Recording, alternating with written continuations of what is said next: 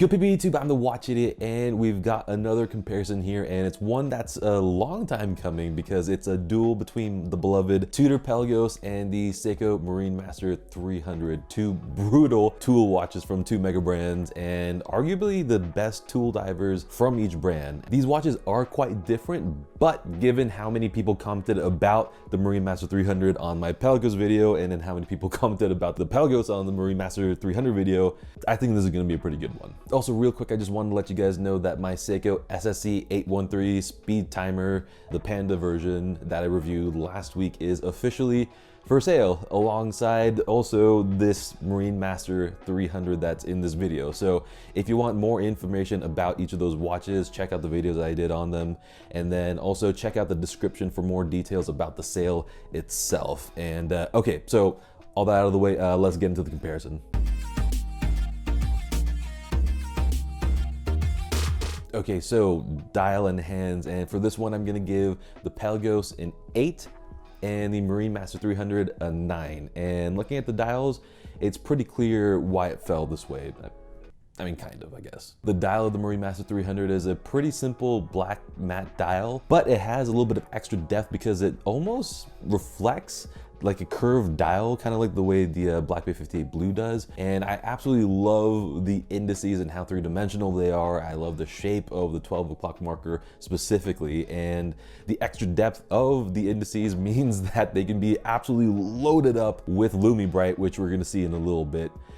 But I mean, the main star of the show are those hands. I mean, they're probably my absolute favorite handset, tied with the SPB 143 handset. The brush finish is impeccable, and they went one step further by polishing the bevels on top of that. So yeah, I mean, as far as the shape goes and the finishing, I love that they're simple yet still kind of different. And the Tudor got an 8, which is still a high score. I mean, mainly because of how amazingly all the elements work together to make a simple but really punchy dial. Each element alone isn't spectacular, mainly because they're all pretty simple. I mean, given that that's exactly the aesthetic that the Pelagos is going for. But when you see the indices sitting inside the chapter ring cutouts, and then you see the stark whiteness of the handset and indices juxtaposed with the matte black dial, it comes together and makes one of the most legible dials out there. I mean, I cannot get over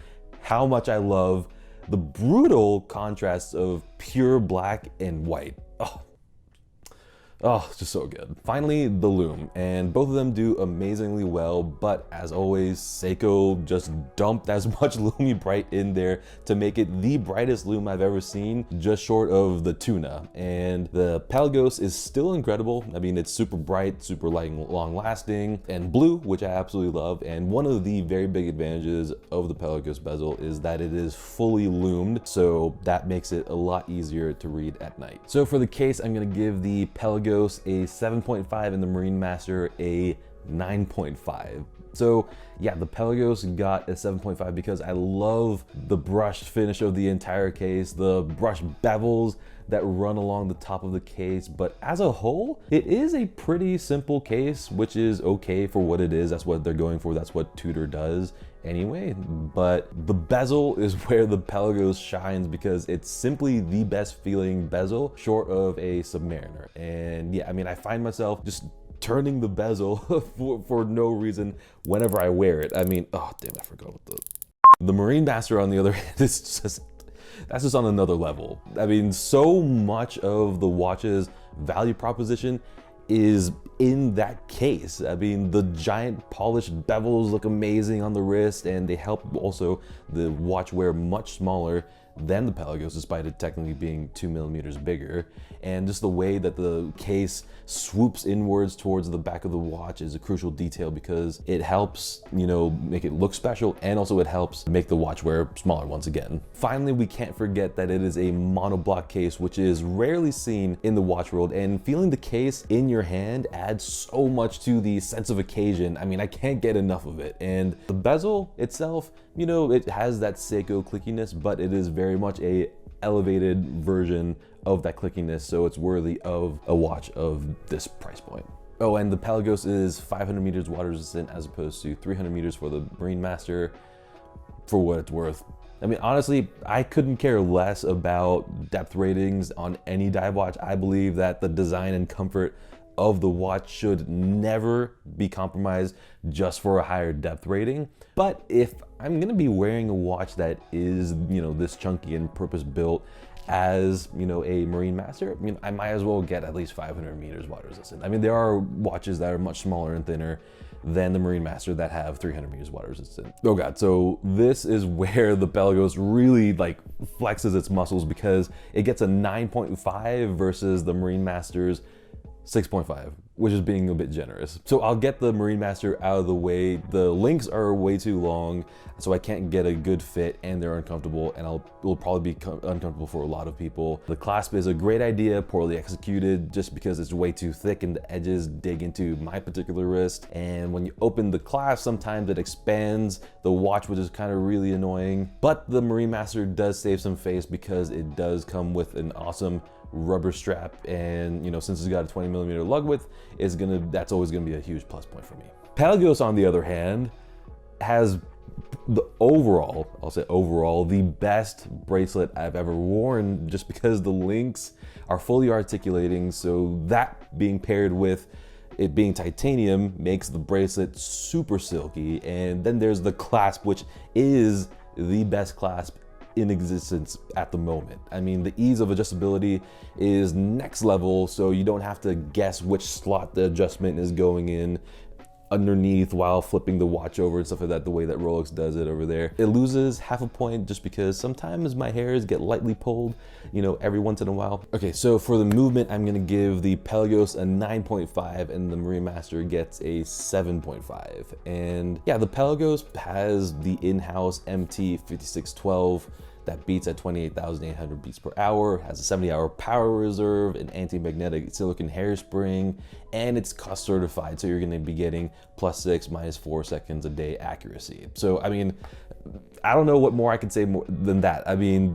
those specs are good for any watch at this point. And the Marinemaster has the 8L35 movement, which is an unregulated Grand Seiko movement, and by no means is it a bad movement. I mean, it's got good specs, 28,800 beats per hour, 50-hour power reserve, which is solid, but the stated accuracy is +15 seconds, -10 seconds a day, which isn't great for a watch that costs nearly 3K, around the 3K mark, depending on where you get it. So that being said, the accuracy on my particular one has been good, about -4 seconds when it's just sitting, dial up on the table, and even better than that when it's on the wrist. So, I mean, I've been happy. For this, the Pelagos will get a 9 and the Marinemaster will get a 7.5. And the Pelagos is a big watch for sure, but it's made of titanium, so the overall comfort for a watch this size is pretty incredible. But also at the same time, I know that a lot of people don't like the light feeling of titanium, but once again, since this is a pretty big watch, it still wears pretty substantially for a titanium watch, I guess. But beyond that, like I said before, the bracelet is what brings it together on the wrist, and it feels incredible. But I mean, obviously I have to say that the only downside to the on the wrist feel is that it is going to be quite big for some people. The Marinemaster is a big watch, and the monobloc case means that it is going to weigh a lot, but that being said, for the size, it is super comfy, and that's all credit to Seiko and their case design. But I have to admit that after a while, it does get a little bit tiring to wear, especially on the bracelet, because that weighs even more. And if you don't have it on the Seiko rubber strap that it came with, or another substantial strap, it can sag down a little bit on other straps, which adds to the tiredness. But it's part of the experience, and I like this heftiness. And despite, once again, being 2mm bigger than the Pelagos, it visually wears much smaller than the 42mm Pelagos, which is down to the big bezel and the small dial, so that helps the overall on the wrist feel. Value is a tough one, and for this one, I think the Pelagos gets a 9.5 and the Marinemaster 300 gets a 7.5. I mean, the Pelagos offers so much at the sticker price of $47.25, but you can find them new in the low 4K range and used for even less than that. And for that, I mean, you're getting a fully titanium watch with an awesome in-house movement with a 70-hour power reserve. And you guys are gonna get bored hearing this, but the clasp, I mean, all that put together, I mean, you easily have one of the best tool divers on the market right now. I think it's the best. So yeah, for any price for that matter. Marinemaster gets a 7.5 because you are undoubtedly getting a lot for the $3,100 sticker price and the $2,500-ish street price. In a unique monobloc diver with a great history, incredible finishing, but you are let down by that awful bracelet, and the movement is solid, but there is a chance that it won't be too accurate, which is, you know, saying a lot for a watch that, you know, is costing nearly $3 grand. So this one was tough, obviously subjective, but I think that both are gonna get 2.5. You know, that being said, the Marinemaster, if anything, is a bigger strap monster for me just because it's got the 20mm lugs. But the issue with that watch is that the watch head weighs a lot, so it needs a strap that can handle that weight. Otherwise, it's gonna sag a little bit. The Pelagos, on the other hand, I mean, doesn't weigh very much, but it's such a brutal tool watch in its looks. So I don't think that is gonna look good on every single strap out there. I mean, I tried mine on different straps, and I absolutely hated it. I mean, the bracelet is such an intrinsic part of the Pelagos experience that, like, when I wore it on the other straps, like the watch looked at me like it was sad. Like I could feel its feelings, and it made me sad because it felt sad. Yeah, it was just that bad. I mean, so here I'm gonna give the Marinemaster a 4.5, and then the Pelagos a perfect 5 points, which are by far the highest point totals in this section of any of the comparisons that I did. And the Pelagos gets a 5 because if you want the full Pelagos experience, then you have to get a Pelagos. Nothing else really can capture the look, the feel of titanium, the dial, and once again, that clasp over there all together. The Marinemaster gets a 4.5 because, like the Pelagos, if you want the full Marinemaster 300 experience, you have to get the Marinemaster 300 because it's got the monobloc case, that really cool thick crystal that reflects all amazingly, and then the handset, all that comes together to make the Marinemaster 300. I mean, it loses half a point just because, you know, there are other versions out there, just like the SPB 185 that I absolutely love, that you can get probably, I guess, like 85-ish% of the total experience, but that one isn't gonna get those crucial aspects of this watch. So for this one, I'm gonna give the Pelagos a 3 and the Marinemaster a 4.5. And a lot of that comes down to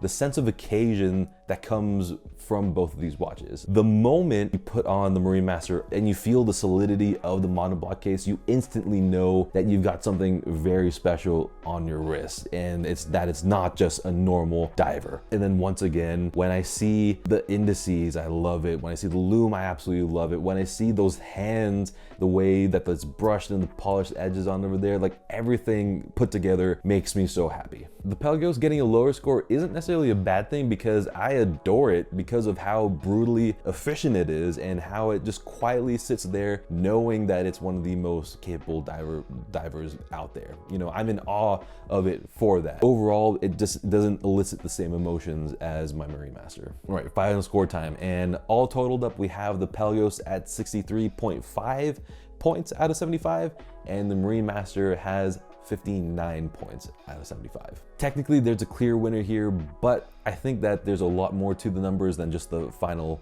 points total. So I love the Marinemaster 300, and it really dropped a lot of points here because of the movement and the bracelet. And as far as the bracelet goes, I still hate it, but the big thing is that I didn't lose out on the overall experience of owning the Marinemaster 300 by wearing it on a rubber strap the entire time. And as for the movement, technically, maybe it could have been a bit better, but I'm not at all a movement snob. So long as the movement is relatively accurate, I'm all good. So the Pelagos, on the other hand, got a very well-deserved win, but I think that there's a bigger chance to lose out on the experience if there are some things that don't go your way with the watch. Some people in the Pelagos video commented that they couldn't manage to get the fit of the Pelagos bracelet right, which can happen with any watch for that matter, so they didn't wear it on the bracelet. And to me, that's a huge loss because the bracelet, I've said this so many times, but the bracelet is just such a huge part of this experience. Put in other words, if the Marinemaster became titanium, it would still have that Marinemaster feel because of the thickness and the monobloc case. But if the Pelagos, on the other hand, was steel, then, I mean, it would just be a nice watch from Tudor. That's really about it. Everything is relatively standard. Obviously, the clasp is on another level, so that would definitely be a big plus point. But one thing that's for sure is that if it was steel, like guaranteed, I wouldn't have even thought twice about getting it. So all that being said, I do think that both of these watches are incredible in their own ways, and they can absolutely coexist in a collection because they are so different, and they coexisted in my collection for quite some time. So yeah, I mean, really the only reason I'm selling my Marinemaster is because it just isn't getting enough wrist time to justify keeping it. So there you have it. If you own either one of these watches or both of these watches, or if you want to get either one, let me know down in the comments what you think about it. And also, if you made it this far, don't forget to hit the like button and then subscribe if you haven't done so already. I mean, maybe you forgot to do so. I mean, I know I've done that with a lot of channels before. I'm sorry. So yeah, until the next video, good day.